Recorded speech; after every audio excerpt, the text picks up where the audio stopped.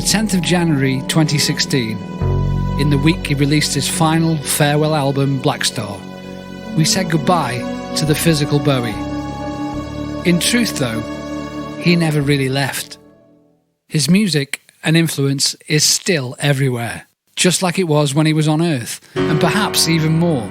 Turn on any radio station playing decent music, and if you don't hear his songs, you'll hear the attitude and the art of his legacy. I'm Kelvin Andrews, and we're looking at the man's influence across the board, on sexuality, style and subculture. This is Bowie and Beyond. Episode 1. Beginnings and the birth of Ziggy. I was born and bred in Stoke-on-Trent. It gets called a city, but it's made up of 6 small towns, making up a decent-sized one. The city tag means it often punches well above its own weight. Despite being tagged onto the Midlands, it's definitely northern in attitude and was once the powerhouse home of the pottery industry, supplying domestic and industrial ceramics to the world. The people are warm, working class and quick-witted. In the 1960s, like most provincial towns, the entertainment was top-notch and hugely varied. The Beatles played 3 or 4 times at venues like the King's Hall, the Gaumont and Trentham Gardens. One Sunday in 1967, you could catch Jimi Hendrix 4th on the bill at the Gaumont in Hanley, doing 2 shows for the equivalent of 75 pence. Once in 64, when the Rolling Stones were playing in town, they wandered up to the legendary discotheque The Place and got turned away. They protested, "But we're the Rolling Stones!" "I don't care who you are," came the reply from the doorman. "You're not coming in here dressed like that." That's how local legend would have it anyway. On Friday, the 16th of September 1966, The Place was a scene once more, where a young mod, recently self-christened David Bowie, and his band The Buzz, played relatively unnoticed. There's no review of the gig anywhere, it seems, but if you look at the photos of Bowie at that time, he's striking, but a typical mod, a dedicated follower of fashion. There was no indication of the tsunami of alien glamour and sexual revolution to come. By the time he returned to the top rank in Hanley on September the 7th, 1972, everything had changed. Carole Blundred was 15 and remembers the gig. I first saw Bowie at the top rank in Hanley in September 1972, just days before his US Ziggy tour. I must have gone with friends from school, but I can't remember anything about them. Just Bowie, standing so close on a low stage you could touch him. Plenty did, but I was too awestruck. The music was amazing, mainly songs from the recent Ziggy Stardust album, but a smattering of others from Hunky Dory. Bowie wasn't particularly good looking. He was gawky and had crooked teeth, but his stage presence was astounding. Roxy music a couple of months earlier had been wild, with great music and Roxy's version of glam, but Brian Eno's long hair and feather boa was no match for Bowie. Some of his costumes were very risque. They didn't leave a lot to the imagination. I have a vivid memory from that concert of Bowie, with orange hair, dangly earrings, blue bomber jacket and bare chest, looking at us in the audience. He exuded raw, blatant, unashamed sexuality. It was challenging and for me a bit intimidating and scary, but at the same time mesmerising. I'd never heard or seen anything like it before and I was hooked. Woody Woodmansey, drummer with Ziggy's band, The Spiders from Mars, recalls the end of the Hanley gig. Yeah, I remember that gig, and it was a good gig. It was a long encore. It was a long applause before we went back on again. I remember that. We'd got into time in it because we were getting ridiculous. We were going like 15 minutes of applause and stomping. And we were stretching it just to see how far it would go as well, you know. And that was a long one, I remember. Good night. Thank you.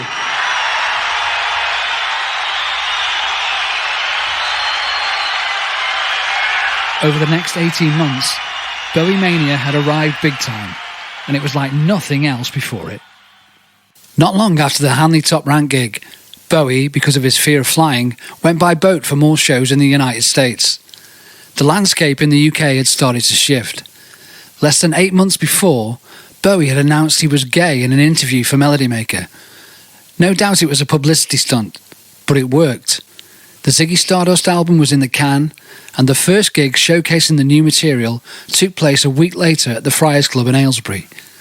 Bowie had appeared there the previous September with a show that was first half acoustic and second half electric, this time with Mick Ronson, Trevor Bolder and Woody Woodmansey.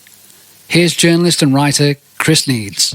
When I think back to September 71, when David Stopps, the promoter at Friars, rang me up. He used to ring me up and, run bands by me, sort of, there's this band called Can. Do you think I should book them? Yeah, I think so.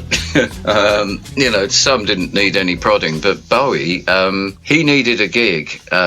He was really, he'd done The Man Who Sold the World, and he just recorded Hunky Dory. Friars had a really good reputation for its very receptive crowd. And Mott the Hoople were probably their first success story, because Mott got one of their earliest good receptions at Aylesbury. They went on to great things in the UK before they imploded, but they always credited Aylesbury, and so did Genesis. And Bowie, I don't know, he did Friars. It was 50p to get in, and I didn't. At the time, he was still known best for Space Oddity, and he was very acutely aware of the fact that he might be a one-hit wonder. And he, when he first came, we saw him in the afternoon, and he was walking around in. He had the long blonde hair still, and a floppy hat, and a beige jacket with no shirt, and these huge culottes, I suppose they're called, and these red caterpillar shoes, like platforms. And but he's saying how cold he felt, but I reckoned he was just really nervous. And and he came on, and he just did the first bit of the set was sitting on a stool with an acoustic guitar, and Mick Ronson had just joined, and it was good, and he did Space Oddity almost apologetically, like, better get this one out of the way. And then he brought on the Spiders from Mars. Suddenly they turned into an electric band, and they did Queen Bitch and I'm Waiting for the Man, and the crowd had been, back in those days, you sat on the floor, cross-legged and gazed at the stage. That was the thing you did at gigs. And I was sitting behind the amps. I was behind Mick Ronson's amp, and I just saw the effect that Bowie suddenly going electric had on the crowd. They did Around and Around, the Chuck Berry song, and suddenly it was like, what? And you could see it on Bowie's face, because I was, only about 10 feet away from him, and he suddenly became like gripped by this newfound rock and roll star energy, and the figure who came off the stage and I saw in the dressing room was completely different to the guy that had been shuffling around the hall saying he felt cold that afternoon. He just said, I'm going to come back here, and next time you see me, I'm going to be completely different. Another quote I remember, he said, I think I'm going to be a big rock and roll star. We weren't prepared for the next Friars booking that we had with David, which was January, I think it was the 29th, 1972. And, he said he was going to be different, and he certainly was. I already knew, because, the old Borough Assembly Hall had no security, really. I just used to walk in and stroll up the back staircase, and there were the dressing rooms, which were, it was an old school theatre, held about 1,000, and didn't have seats, and it was there were the band, and they were holding up these gold and silver lame jumpsuits, and I always remember Mick Ronson going, I'm not wearing that. Pardon my French, but and there was this figure sitting in front of the mirror, and it was Bowie, and by now the long blonde hair had gone, and he had the carrot top. It wasn't as bright as it would get, but he's sitting there putting on his makeup, and it was like, And he's, yeah, I mean, he didn't get any hostility at all. I mean, the crowd was double the size it had been simply on the buzz that, everyone who'd been in September had said how great it was. And, he was ours. We already thought of him as, we had this habit of adopting bands at the club, but when Bowie decided that he was going to unveil Ziggy at our club, we were very, very, flattered and happy, and but nothing prepared us for, we knew it was going to be good, and he'd already appeared on the cover of Melody Maker wearing the same jumpsuit that he was going to wear, in the first half at our gig, so that it wasn't like you weren't seeing Ziggy for the first time, but to see Ziggy in action for the first time, that was another matter altogether. Because he came on. And back then, bands just used to shuffle, like, you get a roadie going 1, 2, and then the band would shuffle on and strike into their first song. But the lights went down and the Clockwork Orange music went up, the Beethoven. And this went on and on and on. And we were like, what? Yeah. And we're like, what is going to happen here? And then, they got to the climax, the strobes went on, and then he's standing there and incredible. I always remember that moment. And they piled into Hang On To Yourself, Ziggy Stardust, and the set that they would take around the country for the next, few months. It was incredible. I mean, it really was unlike anything I'd seen before, and admittedly, I'd only been going to gigs for 4 years, but I'd seen quite a few bands of the day, and I mean, Mott were the wildest band and they had the longest hair, but this wasn't a rock and roll band, this was a future band, this was like he beamed in, and it was incredible. So, and afterwards we were stunned. And I went in the dressing room and he was a completely different person.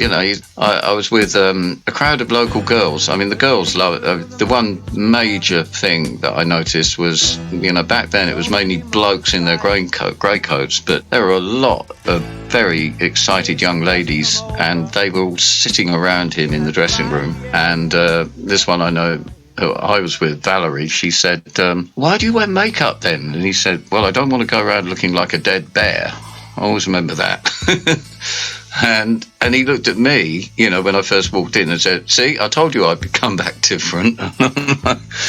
and he gave me a massive great kiss, which, so it was kind of like after he'd come out with the I'm Gay, it wasn't like he made a move on me, but he had license to walk up to me and give me a big smacker. And that's the first guy who'd ever done that, But it seemed totally natural. And I fell in love with him too. I mean, people did. If you looked at him, because he did have the most beautiful face in his Bowie kind of way, this kind of alien beauty. And he also had this manner about him, which had emerged now, because we went to see it. There was a little gang of us and we followed him around. We saw him in Oxford. He played at our Dunstable Club. And the Dunstable Club is when I found myself in the dressing room with him. And this would have been May of that year. And for some reason, everyone had fled the dressing room and left him alone in this one. And I was looking for my lift home and I fell into this room and there was Bowie, sitting there, and he'd just been on. And we had that was, one of the longest conversations we'd had. He'd come off stage and he got back into his street gear, which was pretty bright, and with these amazing green and brown shoes, and he just said, I got this funny feeling, things are never going to be the same again. He always came out with these profound quotes that I remembered, and he was right there, because he came back to our club in July, and it was after he'd done the Festival Hall thing, which is widely considered his, that's the one where the Melody Maker put the review headline, A Star Is Born. That week before, the week before the first Aylesbury Ziggy gig, he'd done the Melody Maker announcement. Well, the week before he appeared in July, he'd done the Starman on Top of the Pops, where he put his arm around Mick Ronson, which I never saw any kind of major, daringness about that. But, now people go, oh yeah, I saw Bowie do that, and I had the courage to come out. I'm like, what? All he did was sling his arm around Mick, and, but that's held up as a pivotal moment. The invention of Ziggy Stardust and the Spiders from Mars had now ignited the imagination of thousands. The gay, the curious, the straight, the don't-knows, the music fans looking for something spectacular and exciting. But where did Ziggy come from? I think we have to go back to Bowie's roots, to the place where his creative mind could dream. And believe it or not, that place was Bromley. Dr. Will Brooker is Professor of Film and Cultural Studies at Kingston University and author of the books Why Bowie Matters and Forever Stardust. Bromley in Bowie's life is often underestimated, I think. He liked to claim he was from Brixton. Technically he was, but, you know, how much does surroundings really influence you by the age of whatever he was, 5 or so? I don't think I was particularly influenced by my surroundings at that age, and I think your older childhood and your teenage years are far more important, and he spent those years in Bromley. But Brixton tends to kind of claim him, and Brixton is the myth surrounding him, about which he told a lot of lies to make himself sound tougher and edgier and more urban than he really was at the time. It's very nice, Bromley. I mean, I've walked around it a lot as part of my research. I walked down all the streets where Bowie lived. Very pleasant. You could say it's kind of boring and safe, and as a teenager, yeah, I can imagine you would find it a little bit boring, which is part of its importance. I think the suburbs have spawned a lot of important pop music. A lot of bands that come from the suburbs, and I think it's really the dynamic between in-betweenness, being in a kind of third space or whatever between country and city. You're close enough to the city that you can reach it, but you're not actually in the city. So Bowie lived very, very near a station. I think it was Sunbridge Park. It's been a while since I looked this up. Fans will be correcting me for that. He lived near a station, and at night in his bedroom, or so the story goes, he could hear the trains and he could hear the grown-ups in the pub garden outside over the adjoining over his back garden. It's now a curry house called Cinnamon something. Again, I haven't been there for a while, but I did do my research there and go into the back garden of this curry house, and you can see David Bowie's window there. So apparently, you know, he used to look out the window and hear the grown-ups talking, the excitement of adult life, hear the music, hear the trains go by, and playing his records or the radio in his bedroom.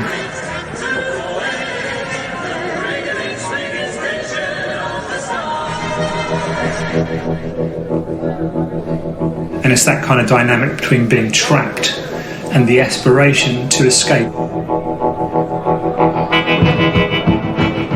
And I think it's prompts creativity in a certain type of person, having hopes and dreams but being confined and being bored. I think that's what the suburbs are about. You want to break free, and you kind of can, because he used to like going to Soho. His brother, his older half-brother, Terry, used to bring things back from Soho, like records and books, the beat writers.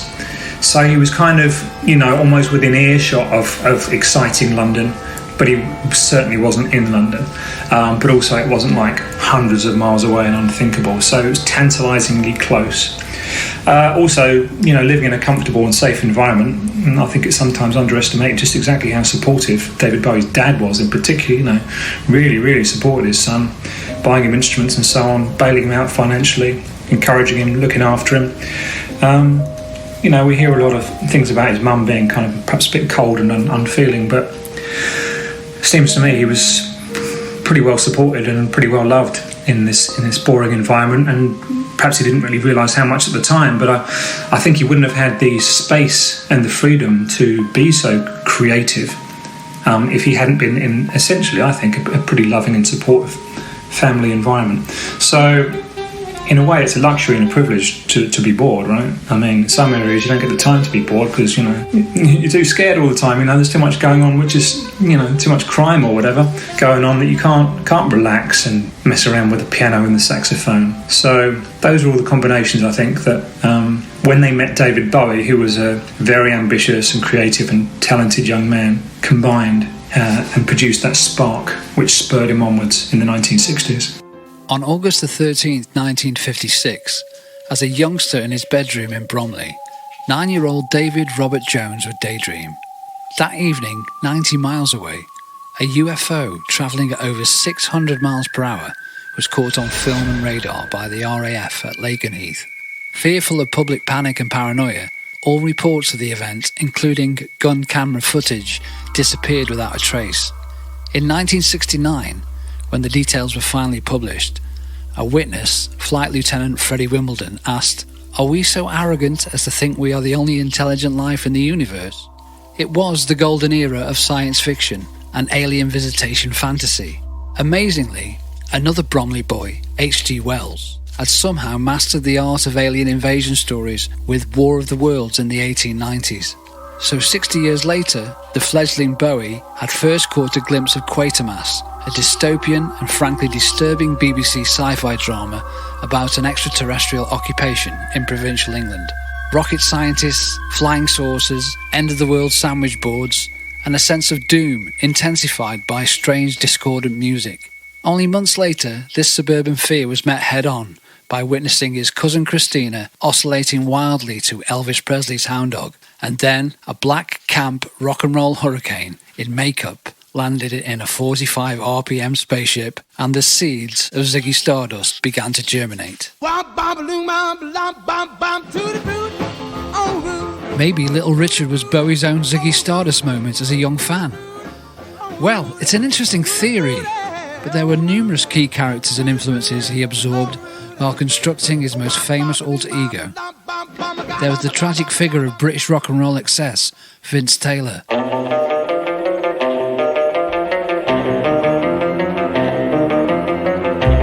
Taylor was part of the first wave of Elvis-obsessed British rockers who frequented the Two Eyes coffee bar in London's Soho during the 1950s. A self-styled fake American who became a huge star in France before succumbing to a spectacular mental health implosion via LSD and alcohol abuse. Bowie often cited Taylor's irresistible burnout story as a pivotal element on Ziggy's construction. By his own admission, Bowie was a collector, and from the pieces he collected, he would create something so new, unusual, and in turn, influential. Andy Warhol and the Velvet Underground have been a Bowie obsession since 1966. Here's Kris Needs. That was the whole thing about Bowie. He soaked everything up, and then it all came out of him in his own manifestation. I mean, it wouldn't be a one defining moment, but it certainly would be a big one. And I think meeting Warhol in New York in 71, I think that would have followed on from the effect of having the Velvet Underground album in 1966. I mean, I always think that's quite pivotal on him too. That was probably the one after Little Richard, because Ken Pitt, his manager, had been to New York and blagged a pre-release copy of the Velvet Underground album, and Bowie covered I'm Waiting for the Man with his band, his mod band that he was in. And he would have been the first person to ever cover a Lou Reed song. Thinking about that, there's a good chance that David and the Buzz played Waiting for the Man at the Place in Hanley back in September 66. So it was quite possibly one of the first performances of a Velvet Underground song ever in the UK. Tony Zanetta was his tour manager, friend and confidant for 5 years. He also introduced Bowie to Andy Warhol on a famous 1971 trip to New York, when amazingly, David also met Lou Reed and Iggy Pop for the first time. I asked Tony where he thought the Ziggy look came from. He didn't take any looks from Lou Reed or Pork. What he did take, though, was a sense of outrage. And Ziggy was more edgy and kind of outrageous and kind of flamboyant as a character. All of the things that we New Yorkers certainly were in Pork. Pork was very sexually out there and kind of outrageous and kind of had a certain shock value, maybe. And the Velvet Underground, in a much cooler way, but had that same kind of edginess. So I think what he absorbed into the Ziggy character was those qualities. The look was pure Lindsay Kemp, mixed in with maybe going a step further towards the Japanese. Because he did see the Kansai Yamamoto fashion show during that time. So the look came from Clockwork Orange, Lindsay Kemp, Kabuki Theater, Kansai Yamamoto. It wasn't really influenced by Pork of the Velvet Underground, I don't think. DJ, London club legend, and fashion historian Chris Sullivan has this version of events. Lee Childers, who became a great friend of mine, remembers him as this hippie guy that all of a sudden was all over them like a rash. And he was good enough to give Lee Childers the job of tour manager for when he did America. But as Lee Childers said to me once, he said, yeah, we saw this hippie guy, and then 2 years later I got a call from his record company, Main Man. He said, and they sent me a cover. We all looked at the picture of David Bowie, and one of his friends went, "My God, it's me!" He basically copied her look, hook, line and sinker. The haircut was the same, the spiky haircut, the clothing. Serinda Fox, her name was. He basically nicked a whole kind of Lower East Side Warhol Cruise look and turned it into glam and turned it into Ziggy Stardust, and then subsequently Aladdin Sane. It's fascinating how there can be numerous recollections of what actually happened. I bet if we were even able to ask the man himself, I'm sure the truth would be bent slightly to make it more interesting. He learned that trick early on. How does the saying go? Never let the truth get in the way of a good story. Bowie returned with Ziggy and the Spiders to the Victoria Hall in Hanley on May the 29th, 1973. Carole Blundred was there again. I saw Bowie again 8 months later at the Victoria Hall, Hanley, and 2 days later I saw him again at the King George's Hall in Blackburn. I was a massive fan. The gigs were more musically polished than when I first saw him. I still remember the wild anticipation and Ode to Joy playing while waiting for Bowie to come on stage. The Yamamoto costumes were more in evidence, and the Lindsay Kemp mime moves were being developed. I thought these were a bit naff, but it was typical Bowie, trying new things and developing the stagecraft. I had all the albums and knew all the words. I was in heaven. Although I was disappointed when Bowie ditched Ziggy, I wasn't as gutted as some fans. I liked all his music. Man Who Sold the World, Aladdin Sane, Hunky Dory were just as magical for me as Ziggy Stardust. Nobody knew it, but Bowie would theatrically kill off the character of Ziggy without warning, exactly 5 weeks later, on stage in London. From the 29th of January 1972 in Aylesbury to July the 3rd, 1973 at London's Hammersmith Odeon, Ziggy Stardust and the Spiders from Mars played 191 shows across the UK, Japan and the United States. In that time, David Bowie managed to smash sexual stereotypes, change how a pop star could be, and created a subculture. Dick Hebdige, in his book The Meaning of Style, called the members of this group Bowieites. Their principal quest was escape, and escape they did. Find out where in episode 2 of Bowie and Beyond. Written and produced by Kelvin Andrews. This has been a Capella production.